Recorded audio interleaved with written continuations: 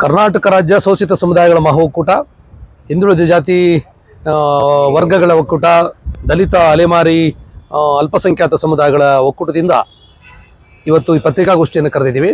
ನಿಮಗೆ ಬಹಳ ಮುಖ್ಯವಾಗಿ ಗೊತ್ತಿದೆ, ವಿನಾಕಾರಣ ಮುಖ್ಯಮಂತ್ರಿ ಸಿದ್ದರಾಮಯ್ಯನವ್ರನ್ನ ತೇಜೋವಧೆ ಮಾಡುವಂತಹ ಕೆಲಸವನ್ನ ಇವತ್ತು ರಾಜ್ಯದೊಳಗಡೆ ಬಿಜೆಪಿ ಮತ್ತು ಜೆಡಿಎಸ್ ಮಾಡ್ತಾ ಇದ್ದಾವೆ.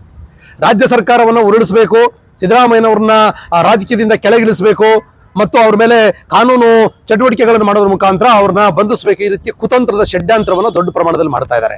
ಸಿದ್ದರಾಮಯ್ಯನವರು ದಲಿತರ ಪರವಾಗಿ, ಹಿಂದುಳಿದರ ಪರವಾಗಿ ಒಳ್ಳೆ ಕಾರ್ಯಕ್ರಮಗಳನ್ನು ತಂದು ಇವತ್ತು ಸರ್ಕಾರನ ನಡೆಸೋದಕ್ಕೆ ಹೊರಟ್ರೆ ಅಂತಹ ಒಬ್ಬ ಜನನಾಯಕನನ್ನ ಮುಗಿಸಿ ಹಾಕಿ ಬಿಡುವಂತ ಕಾರಣಕ್ಕಾಗಿ ಇವತ್ತು ಮೂಢ ಪ್ರಕರಣವನ್ನ ಮುನ್ನಾಲಿಗೆಗೆ ತಂದು ಇವತ್ತು ಚರ್ಚೆ ಮಾಡ್ತಾ ಇರೋದು ನೋಡ್ತಾ ಇದೀವಿ. ಇಂತಹ ಸಂದರ್ಭದಲ್ಲಿ ರಾಜ್ಯಪಾಲರು ರಾಜಭವನದ ಕಾನೂನು ಸಂರಕ್ಷಣೆಗಾಗಿ ತೊಡಗಬೇಕಾಗಿತ್ತು.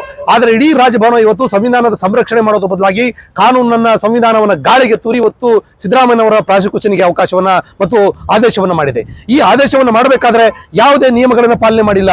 ಏಕಾಏಕಿಯಾಗಿ ಯಾರೋ ಖಾಸಗಿ ವ್ಯಕ್ತಿ ಕೊಟ್ಟಂತಹ ಒಂದು ದೂರನ್ನು ಸ್ವೀಕಾರ ಮಾಡಿ ಸಿದ್ದರಾಮಯ್ಯನ ಹಣಿಯೋದಕ್ಕಾಗಿ ಇವತ್ತು ಆದೇಶವನ್ನು ಮಾಡಿದ್ರು ಕಂಡಿದ್ದೀವಿ.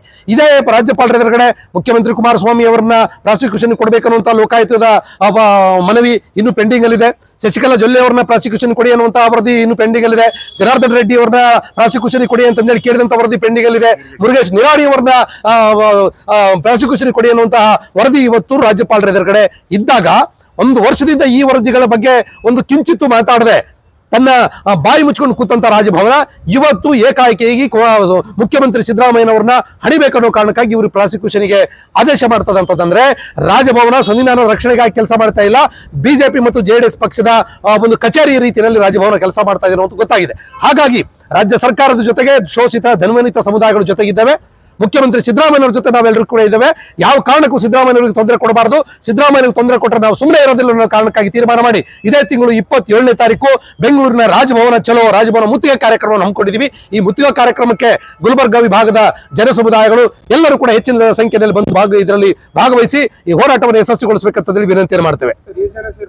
ಇದು ಲಕ್ಷ ಸಂಖ್ಯೆಯಲ್ಲಿ ಈ ಜನಗಳನ್ನು ಸೇರೋದಕ್ಕೆ ತಯಾರಿ ಮಾಡ್ಕೊಂಡಿದ್ದೇವೆ. ಇಡೀ ರಾಜ್ಯದ ನಮ್ಮ ಮುಖಂಡತ್ವ ಇಡೀ ರಾಜ್ಯವ್ಯಾಪಿ ಪ್ರವಾಸ ಮಾಡಿ ಜನರನ್ನು ಜಾಗೃತಿಗೊಳಿಸುವಂತ ಕೆಲಸವನ್ನು ಮಾಡ್ತಾ ಇದ್ದೇವೆ. ಅನಂತ ನಾಯಕ್, ಸಂಚಾಲಕರು, ಶೋಷಿತ ಸಮುದಾಯಗಳ ಒಕ್ಕೂಟ. ಸಮಸ್ತ ಶೋಷಿತ ಸಮುದಾಯಗಳು, SC, ST, OBC ಸಮುದಾಯಗಳು ಏನಿದೆ ಈ ರಾಜ್ಯದಲ್ಲಿ ಮತ್ತು ಅಲ್ಪಸಂಖ್ಯಾತ ಸಮುದಾಯಗಳು, ಈ ಸಮುದಾಯಗಳಿಗೆ ಶಿಕ್ಷಣದಿಂದ, ಸಾಮಾಜಿಕ ನ್ಯಾಯದಿಂದ ಮತ್ತು ಆರ್ಥಿಕತೆಯಿಂದ ವಂಚಿತರಾಗಿದ್ದಾರೆ.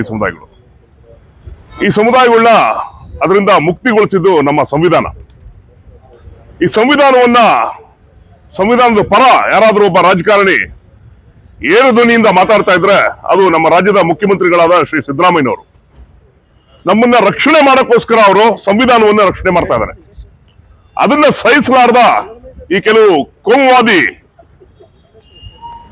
ಪಕ್ಷಗಳೇನಿದೆ ಅದನ್ನ ಸಹಿಸಲಾರದೆ ಇವತ್ತು ಒಂದು ಷಡ್ಯಂತ್ರ ಮಾಡಿ ಈ ತರ ಒಂದು ಹಿಂದುಳಿದ ಸಮುದಾಯದ ಒಬ್ಬ ಧೀಮಂತ ನಾಯಕನ್ನ ಇಳಿಸ್ಬೇಕು ಅನ್ನೋ ಒಂದು ಷಡ್ಯಂತ್ರವನ್ನ ರಾಜ್ಯಪಾಲರ ಮುಖಾಂತರ ಮಾಡ್ತಾ ಇದೆ.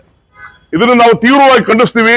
ರಾಜ್ಯಾದ್ಯಂತ ಪ್ರವಾಸ ಮಾಡಿ ಲಕ್ಷ ಜನ ಬೆಂಗಳೂರಲ್ಲಿ ಸೇರಿ ಇದ್ರ ಬಗ್ಗೆ ಒಂದು ದೊಡ್ಡ ಒಂದು ರಾಜಭವನ ಚಲೋ ಅನ್ನೋ ಒಂದು ಆಂದೋಲನವನ್ನು ಶುರು ಮಾಡಿದ್ವಿ.